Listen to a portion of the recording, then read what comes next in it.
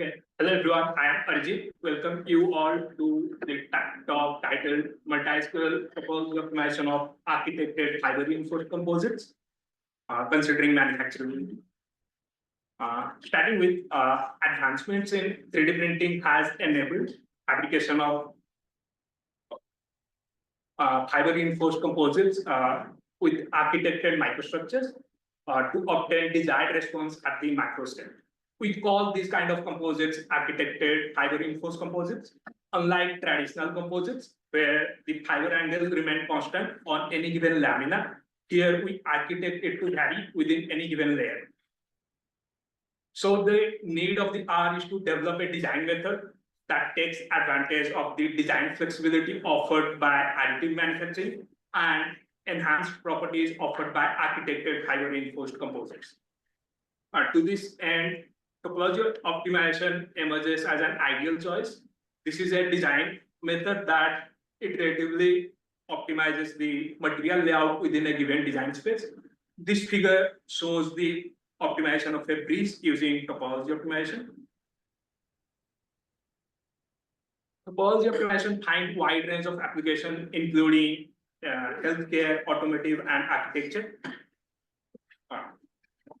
Topology optimization can be extended to leverage the flexibility of fabricating multi-scale structures, which we call as multi-scale topology optimization.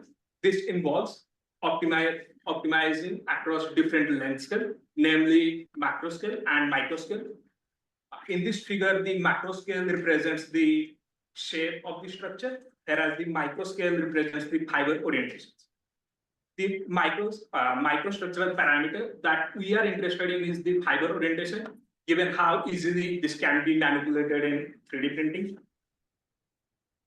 Broadly, multi-scale topology optimization can be classified into two groups based on how the design variables are parameterized. The design variables are macro structure variable and the micro structure variable. Macro structure variable determines the material and void phase, whereas if there is material phase, then the microstructure variable determines the fiber orientation. So the first group in this classification is the direct parameterization, where the macrostructure is parameterized directly with a fictitious density scalar function we call rho. If rho equals to 0, then it is void. And if rho equals to 1, then it is material phase.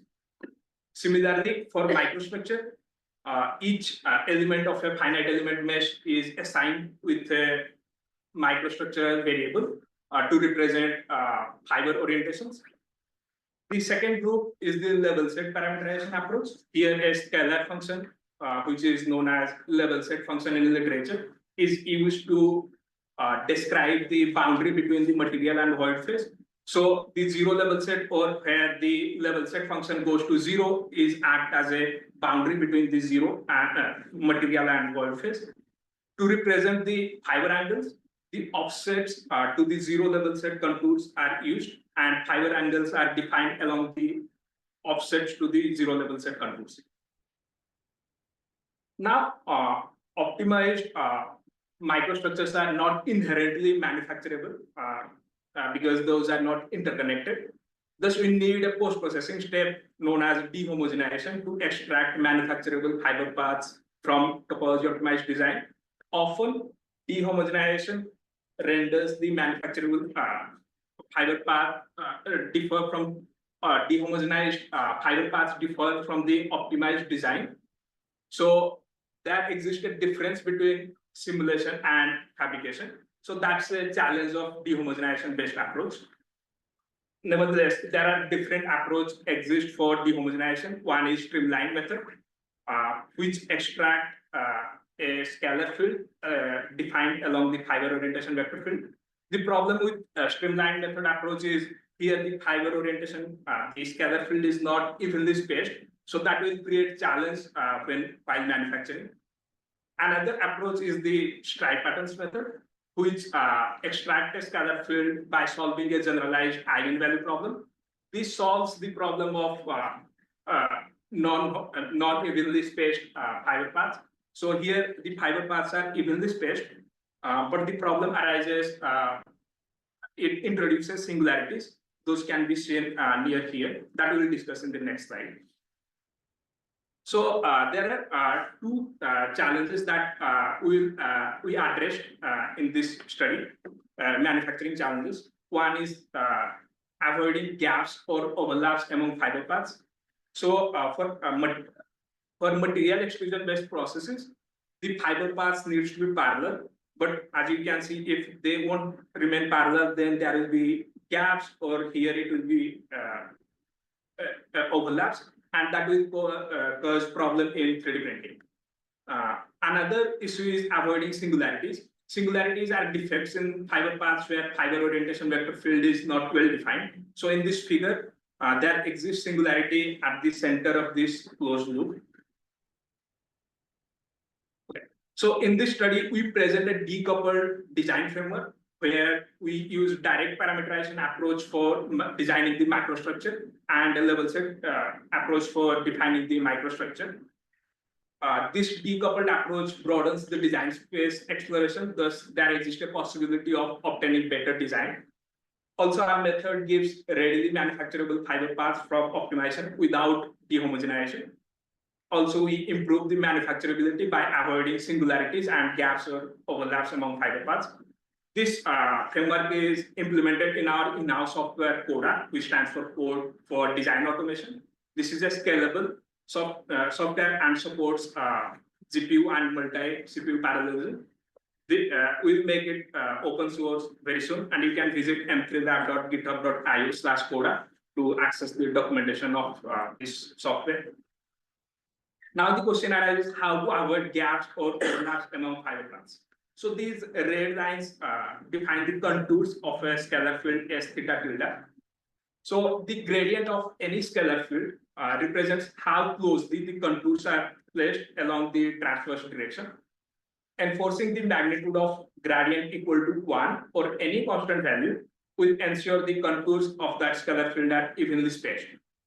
But solving this equation is computationally expensive, and because it is nonlinear. So what we did, we minimized the squared residual of the equation, which we call as parallel misalignment penalty. Now, how to avoid singularities? Numerical experiment suggested that singularities appear when the gradient of the norm of the gradient of the scalar field goes to 0.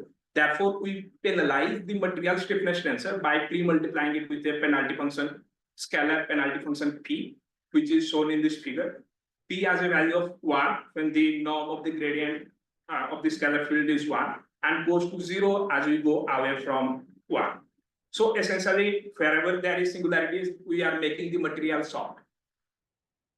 Now we have to put everything down to write down our optimization statement. Here our goal is to maximize the stiffness.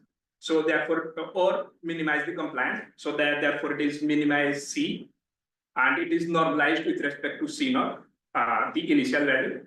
And we specified a volume constraint. The reason we are specifying a volume constraint is because if we don't, then the optimizer will prefer not to remove any material, because having more material means more stiffness. And then also we want to avoid gaps or overlaps among fiber paths and singularities. So therefore we added the this penalty here. Now we designed, we used our framework to design a cantilever beam. This figure shows the design domain along with the boundary and loading conditions. The right-hand side figure shows the optimized topology along with the fiber contours shown using in black colored curves. You can see the fiber paths are pretty much parallel to one another. To validate our result numerically, we conducted direct parameterization-based topology optimization with streamline-based dehomogenization, and found the stiffness improves by around 85% in our present framework case. And parallel misalignment decreases by 99%. So that improves manufacturability by 99%. Similarly, we demonstrated the effectiveness of our method using designing multi-scale structure and single-scale structure.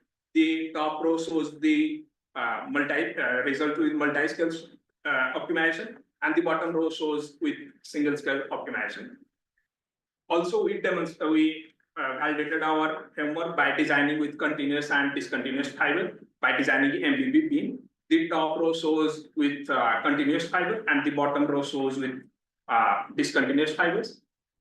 Now to future work, we want to extend the framework to laminated planar and non-planar shell structure, which is not trivial because we have to define the gradient operator on a manifold. Also, we want to include curvature constraints and eventually design large-scale structures such as prosthetics and fuselage. Thanks for listening. Any questions? Thank you.